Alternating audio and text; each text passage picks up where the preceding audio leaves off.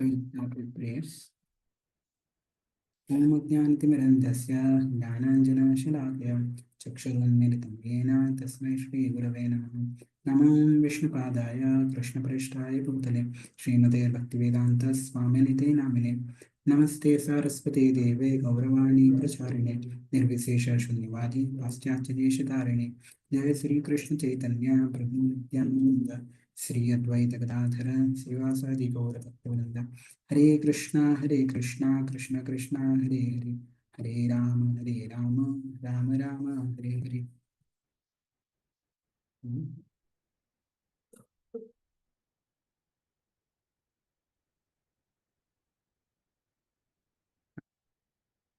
I hope you see the screen. So we'll start with verse. Everyone can recite at their own end, and Arif Sapran can recite. Yes. So we are starting to read Bhagavad Gita, 7th chapter, 16th verse. Yeah.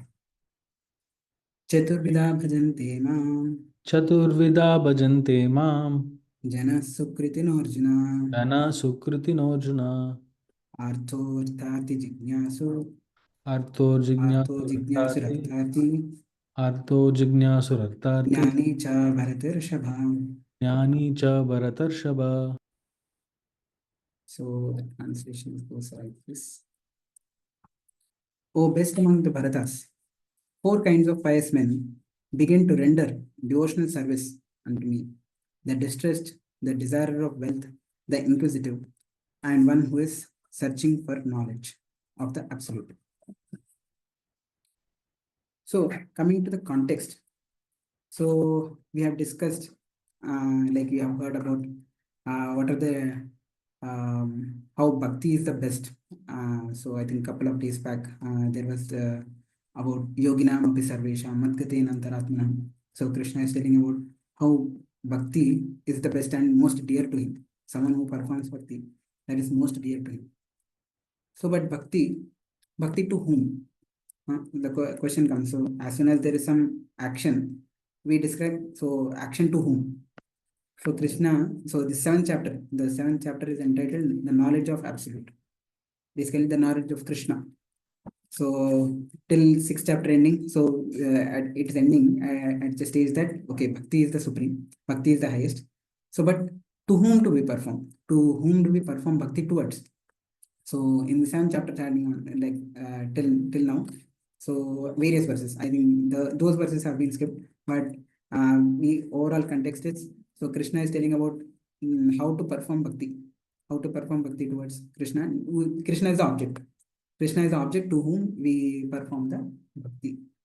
So initially, Krishna is telling about himself, all his energies. So as soon as you have to describe a person, so about all his, okay, he has studied in so and so place. He has so and so qualifications. So and so he has degrees, and all this we mentioned, right?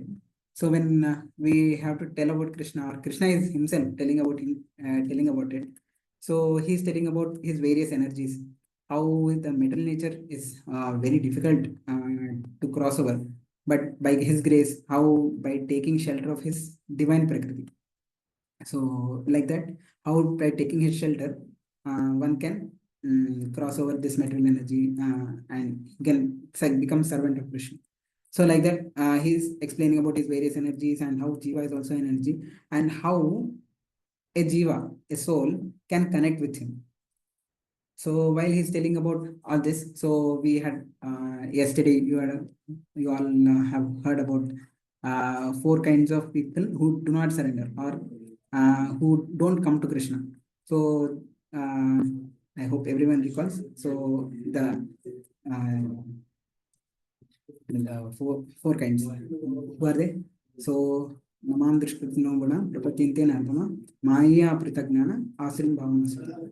So one whose knowledge is stolen by correct, Krishna is telling Mudas. All these are Mudas.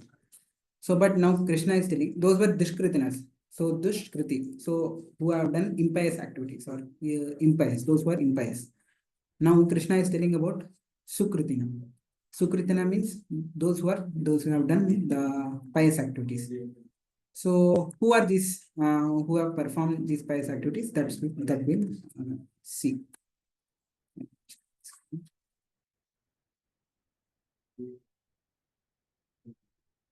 So these are the four categories of people. Chaturvida bhajantema, bhajante, those who surrender, those who those who render service to Krishna. Ma means Krishna. Jana Sukriti and Arjuna. So these have performed Sukruti or pious activities. So Krishna is telling to Arjuna that these four kinds of people have performed Sukritis and they are coming to Krishna at least. So rather than simply depending upon themselves, so they are coming to Krishna and taking shelter of Krishna. And of course, these are of different types of material desires. So with that, they are approaching Krishna. So, but this at least they are approaching Krishna. So that is what the piety actually means here. So what are these four kinds of men? So those who are distressed, those who are desiring wealth. So distressed is we have here artho, the one who is having some distress. Artha, उनको कुछ चाहिए, someone they want something, some distress is there, so they will. And artharthi, here artharthi is there. Artha means wealth. So one who is artha, and arthi means someone who is wanting. So arthati is the desire of wealth, and inquisitive. So those who are jignasu, curious. So they are curious about to know about God, to know about different things around this world. What is there in what is nature, what is there self, like that. And those who are just inquisitive, like not mainly towards Krishna, but they have that inquisitiveness. So, and one who is searching for knowledge of the absolute. So this someone who is searching for directly about absolute. So we'll read the purport. His divine grace is Bhaktivedanta Swami Sloka of Architecture. So unlike the miscreants in the previous verse, so the Dushkritinas, these are adherents of the regulative principles of scriptures, and they are called Sukritina. So those who have obey the rules and regulations of scriptures, the moral and social laws, and are more or less devoted to the Supreme Lord. Out of these four classes of men, those who are sometimes distressed, those who are in need of money, those who are sometimes inquisitive, and those who are sometimes searching after knowledge of the absolute truth. So these are the four kinds. So here it's further explained. So sometimes distressed. So out of distress, someone approaches Krishna, and then those who are in need of money. So someone who is wanting money, they approach Krishna, and then those who are sometimes inquisitive. So someone wants the same thing I explained, and then sometimes searching after knowledge of the absolute. So these persons come to the Lord for devotional service under different conditions. These these are not pure devotees because they have some aspiration to fulfill in exchange for devotional service.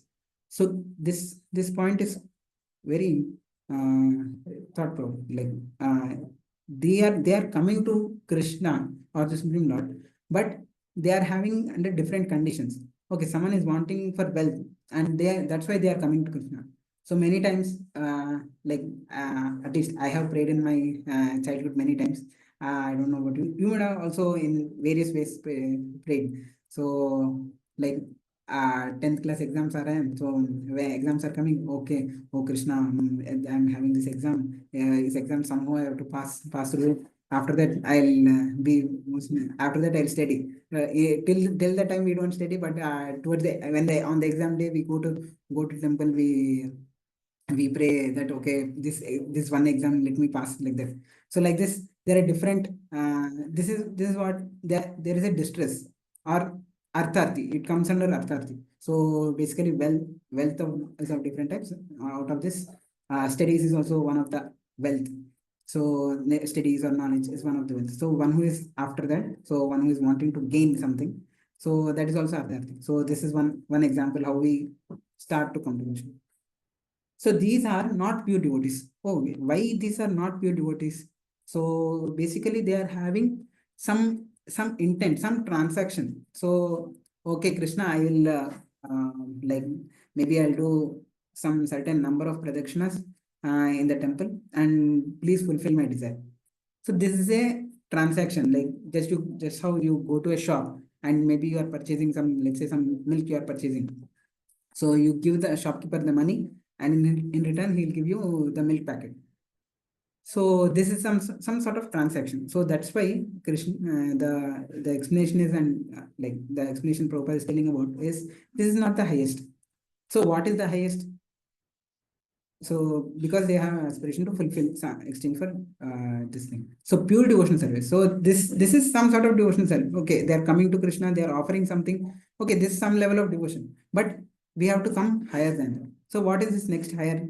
So pure devotional service without any aspiration and without desire for material profit. So this is called pure devotional service, without any aspiration and without material profit. If you remember this particular verse, Aman sir has quoted once in as a reply to one of the messages in the WhatsApp group also. So this is coming from Bhakti Rasam Sindhu, which is like telling about bhakti, how to perform bhakti. So pure devotion is this. So anyabhilashita sunyam jnana karmadi anavritam anukulyena krishnanusirnam bhaktiruttamam. So here the word anyabhilashita sunyam, without any material profit, without desire for material profit. So one should render transcendental loving service to the Supreme Lord Krishna favorably and without desire for material profit or gain through fruitive activities or philosophical speculation. So gain through, so without desire for material profit or gain through fruitive activities or philosophical speculation. This is called pure devotion. So rendering loving service to Supreme Lord favorably doing the service. And this is called pure devotion service. So pure devotion service is basically the bhakti that we are talking about, bhakti towards Lord Krishna. So that is to be performed without any other motives. Of course, these whatever is being explained. So Artho, Arthati, Jignasu, Gnani, these may be starting points. So these are like starting points. So, but there is something higher. That's what Prabhupada is explaining in the purport. So these are starting points. So like there are like many. So we might have come for some like first time you come to a temple, you want to like okay, Krishna or God is supreme, so he can award me anything. So with that we pray for material desires. But then let's see, actually we will read through the purport and then so when these four kinds of persons come to the Supreme Lord for devotional service and are completely purified by the association of a pure devotee, they also become pure devotees. So here very important point is told about association. So how does someone who is wanting, who is like initially there are desires. That's how we have come to the material world, and we are staying in the material world. We are having some desires. So that's the basis of being in material world. So all these desires are there. So when these desires are there, we come to the Supreme Lord for some devotion service, but we have to get purified. And the process to get purified is being mentioned here. So we become completely purified by the association of a pure devotee. So by the association of pure devotees, we become purified. So pure devotees are at least who are wanting to follow the pure devotion service path given by saints of the past. So who are wanting to try? So with them we try to associate, and with that association means we have talked about. So exchanging our heart, discussion, and revealing our heart and clarifying questions, inquiring from them submissively. So with this inquiry, we get to know, how do I go from this mixed level? So all this is termed as mixed level of devotion service, mixed devotion service. So from that, how do I go to the pure devotion service? So they also become pure. So by the association. So association is the main key by which we can progress from uh, mixed devotion service to pure devotion service. As far as the miscreants are concerned, for them, devotional service is very difficult because their lives are selfish, irregular, without spiritual goals.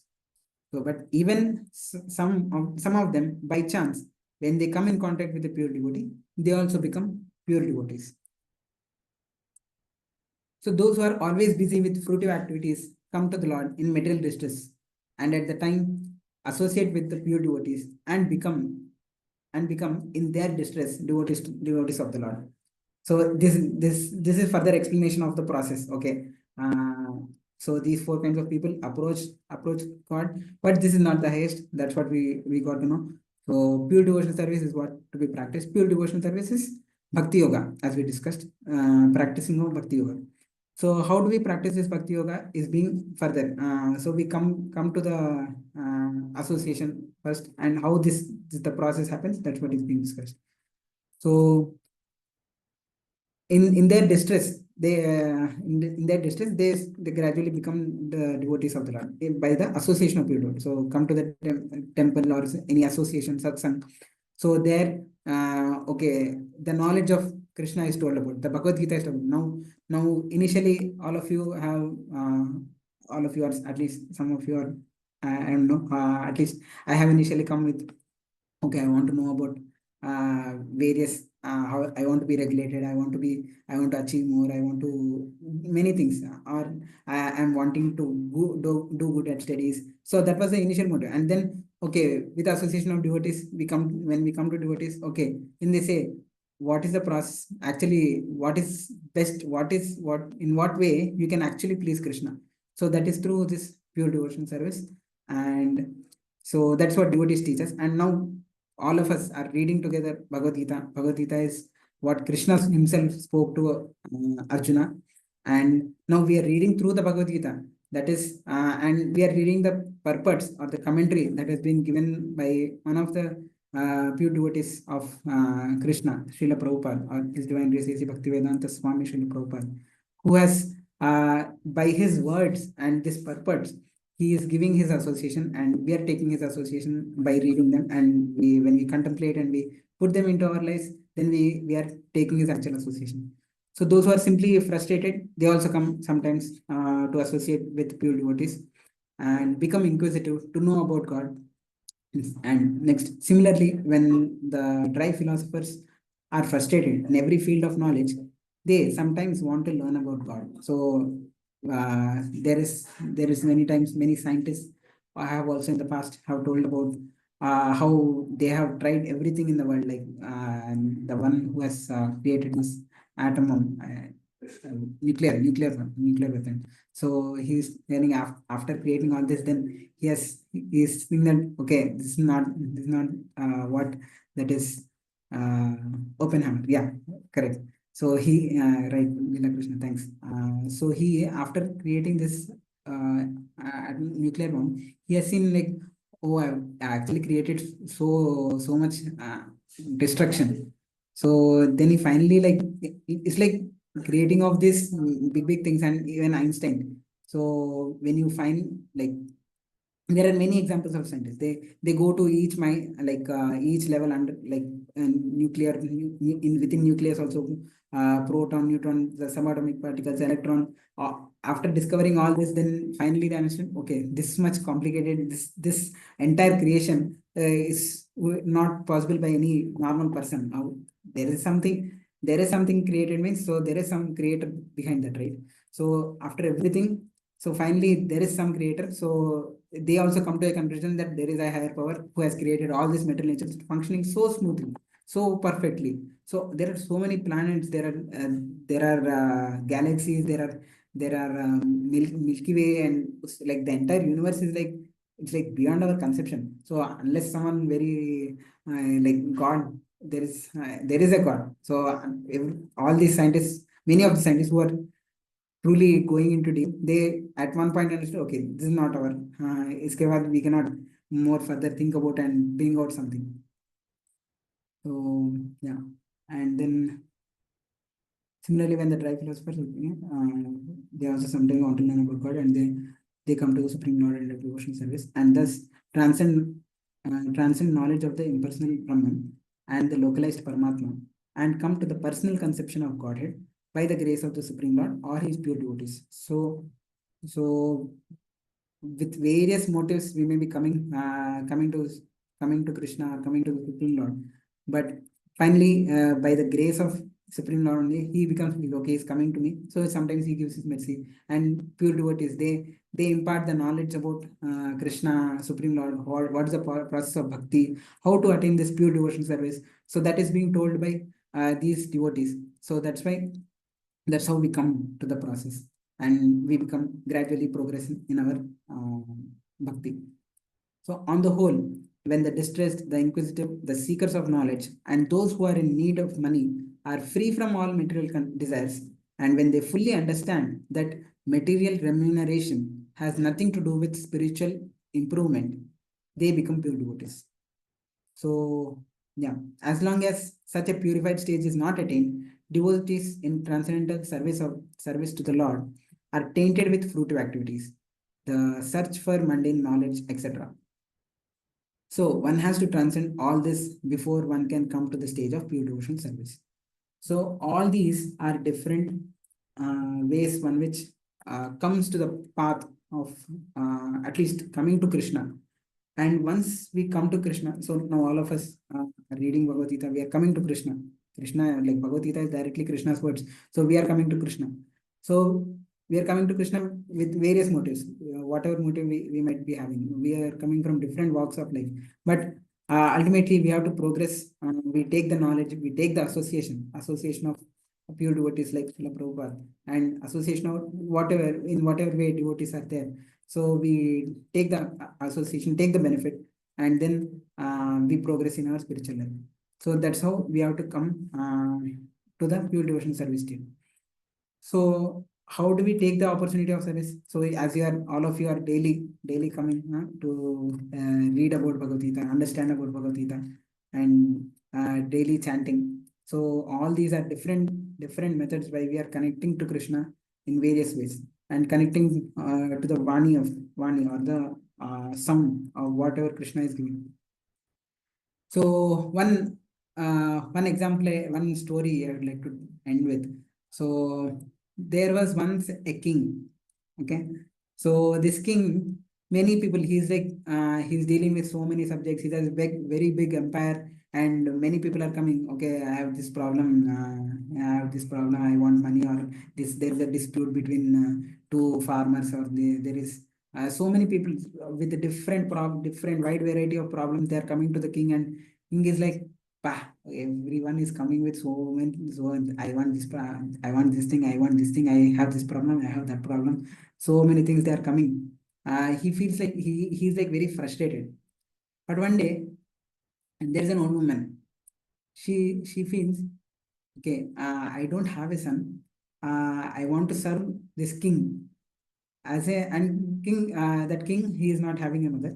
So so this lady, old lady, so she feels like, okay, I want to not take something from king. I want to serve this king in some way.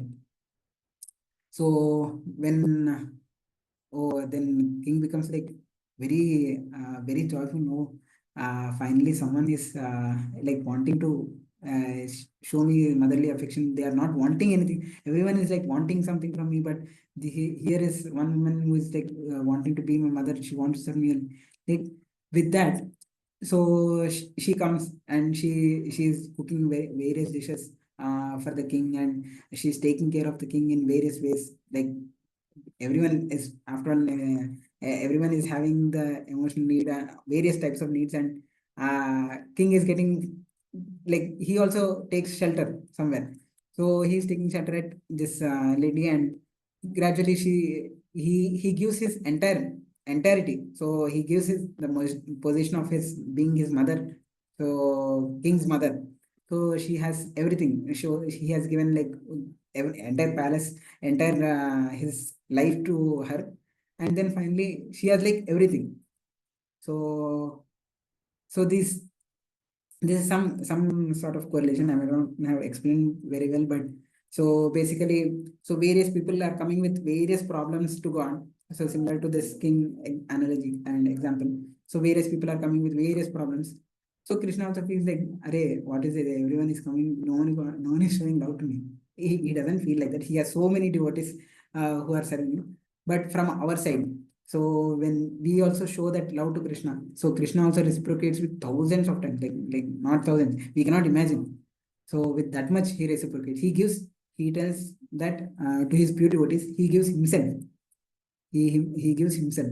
So that is the position, that's what we have to progress towards. So we might, it's we are in this one, we are having with various desires. So with various desires we are coming towards Krishna, that is very good. Actually we are coming to Krishna, so that's why in the purport I just quickly show that this is very.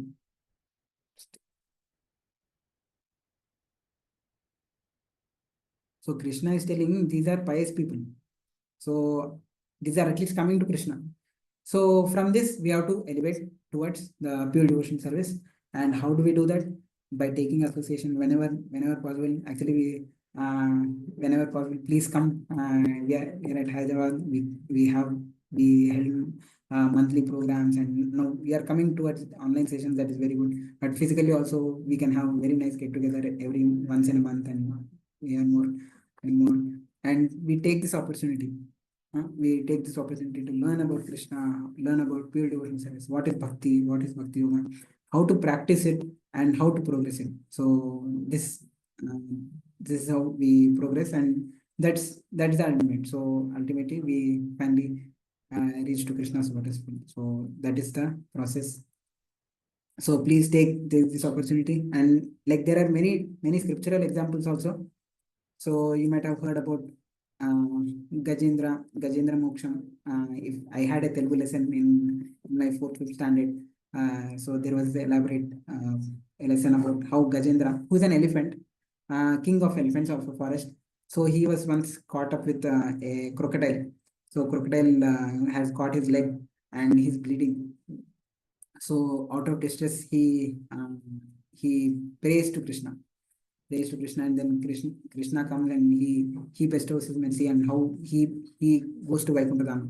So that is one. And Dhruva also, uh, yeah, Dhruva is another. He's a small child, 5 year old. So he's not getting enough affection. So he affection from his father. So this is an elaborate story. So he's actually looking for, okay. He resolutes that, okay, I want to get kingdom more than my great grandfather. His great grandfather, like his father is Uttanapal, and his father, his basically great grandfather is Brahma. Um, Prajapati, no, I think, yeah. So greater than his great grandfather. So he prays. He asks his mother. So what I should do? So then his mother tells, okay, you want something. Then his mother tells, go to the forest. There, many sages have told that, okay, there you worship to Lord Vishnu. You do tapasya. Then you will attain what you are desiring for. Then so he goes on his mother's instruction. He goes, and on the way he meets Narada Muni. Narada Muni. There's a very wonderful discussion there that happens, and finally he goes to the forest, and then he does tapasya. So his initial motive was, okay, I want to attain bigger kingdom than my great grandfather. Dhruva Loka. That's what it's called. So his initial prayer was that I want to attain more kingdom more than my great grandfather. But then he so with that desire he does his tapasya. But then finally when Lord Vishnu is pleased, and he appears in his beautiful form beautiful form and for him, and he blesses with his conscience.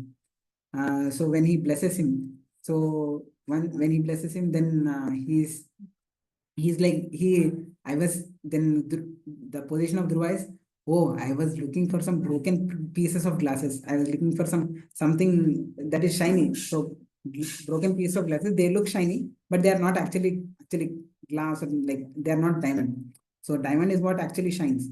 But these broken piece of glasses, they in sometimes when sunlight falls or light falls, it reflects some light.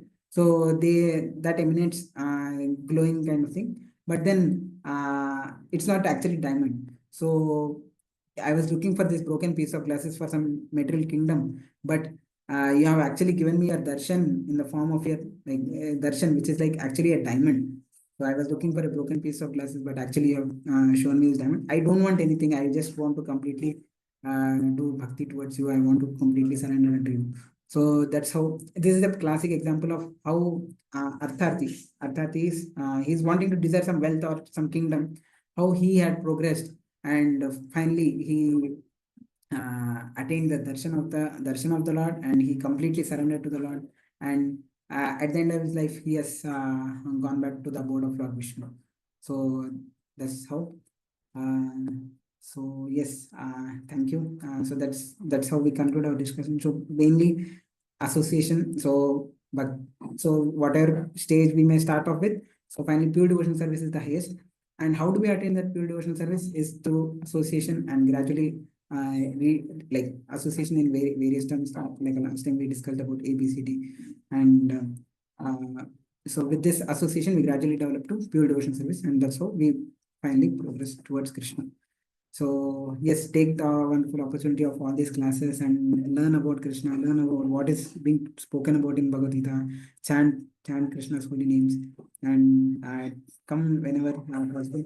Take a physical association also in Hyderabad whenever possible, and then together we are every one of us is struggling at various ways, so we are wanting to strive towards that pure devotion service to Krishna or Bhakti Yoga. Thank you. Thank you very much for everyone so patiently. Thank you everyone. Every day you are coming, so this is a wonderful opportunity. So please continue, and yeah, thank you very much. We'll end over here.